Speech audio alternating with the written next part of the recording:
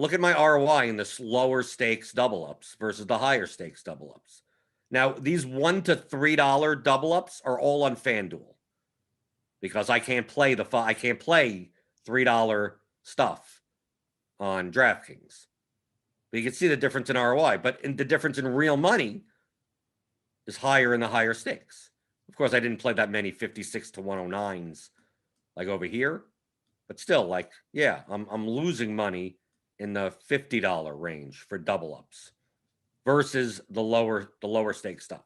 But a lot of this is FanDuel. If we take a look at the cash bankroll tracker as it is, I'm down $823 on DraftKings cash as it is. So that's expected. Because on FanDuel, I'm not playing $50. Like the $50 double ups that you see in this cohort analysis are all on DraftKings, right? Because let's say we separated that. These are just double ups. So we're going to go by site.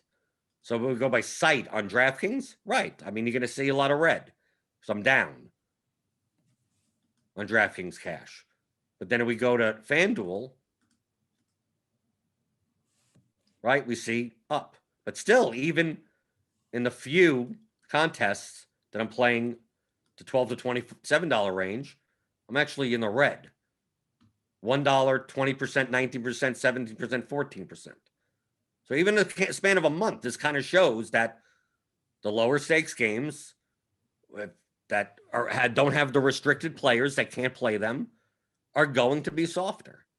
Like it's inevitable. I wish I could play them on DraftKings. I can't, but I can play them on FanDuel. So I try to fill my volume with as many $1, $2 games as I can, even though it takes me all day to click through or go through. I'm playing 400 contests.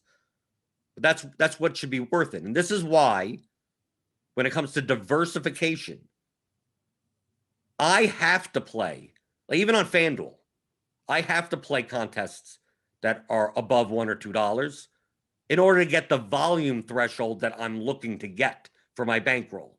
So if I want to play $1,500 worth of cash game volume on FanDuel, I can't get it all in $1 or $2. I have to get it in 5s and 10s and 25s because there aren't as many $1 and $2 contests to get that much. But if you're at a level, like on DraftKings, I have to start at the $5 range in order to get, like the 50s I put in last, right? I go, the $50 double ups are my last, based on my I'm going to be playing $2,800 or so today, based on my current cash game bankroll. Well, how do I get to the 2,800? I have to allocate that between FanDuel, DraftKings, and Yahoo. And then inside of each site, what contests in there do I have to do? Well, I don't want to fill up, and even on DraftKings, the $50 contests first. I want to see how many $5 ones, the large field, 124-mans, the 62-mans. The 23-mans I saved till the end, right? Till 5 minutes before lock, and there's some people just trying to jam themselves in, and who knows, my opponents are going to be weaker. So, like, all of that, to me, there's more work involved. That time, the time you're spending on that 1v1 or the 2v2 would be better spent on contest selection than just choosing between two fairly similar, equal types of things. I'm showing you.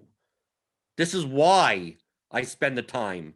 This is why I do the cash game. This is why I'm showing you what diversification does. When yesterday on DraftKings, I only lost 1% on DraftKings.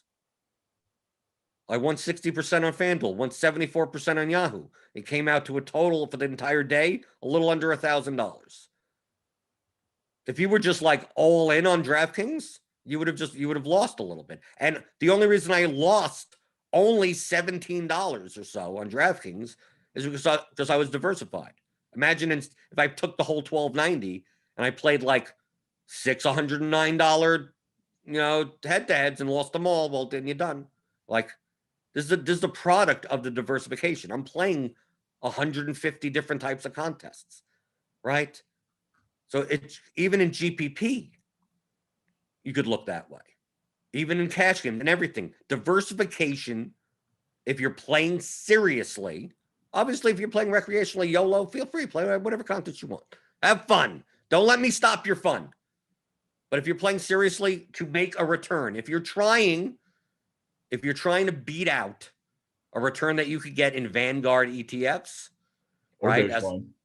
Dogecoin, you're playing large field GPPs. Like Dogecoin, if you're investing in Dogecoin, you ain't doing contest selection. That's way that no, you're not doing this.